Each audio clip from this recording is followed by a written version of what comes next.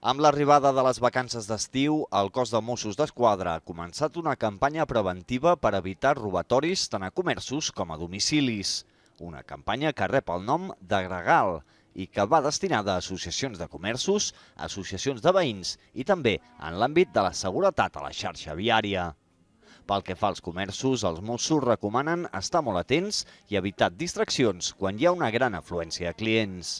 Que controlin el tema d'entrades de molta gent a la botiga, se'ls aconsella que no tinguin els objectes de valor tots localitzats en un lloc de la botiga.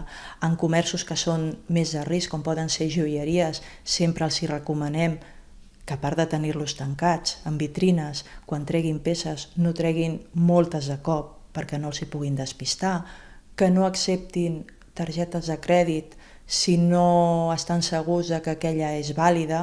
La seguretat en els domicilis és clau aquestes dates en què bona part de la població ha iniciat les seves vacances d'estiu.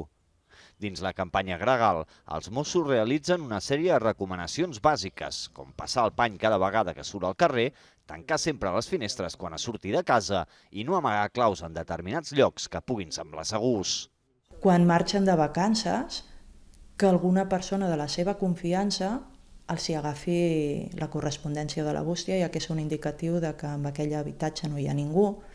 També és bo posar aquests dispositius que tenen un temporitzador i que ens permeten encendre una ràdio, ens permeten encendre una llum, programar-ho perquè s'encengui i es tanqui en determinats moments del dia.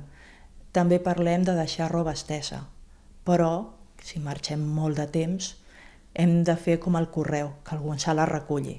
Durant aquests mesos d'estiu, el cos de Mossos d'Esquadra es coordina amb les diferents associacions de comerciants i veïns de la comarca per tal d'evitar robatoris. La prevenció, diuen, és la clau per aconseguir-ho.